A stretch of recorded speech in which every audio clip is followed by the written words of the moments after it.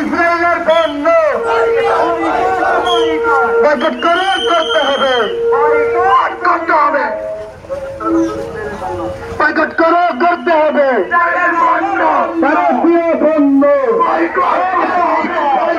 Boycott, ইসরায়েলের পণ্য মোদীর পণ্য ইসলামের দুশ্মনেরা আমার ভাইয়ের রক্ত পিতা যেতে দেব না।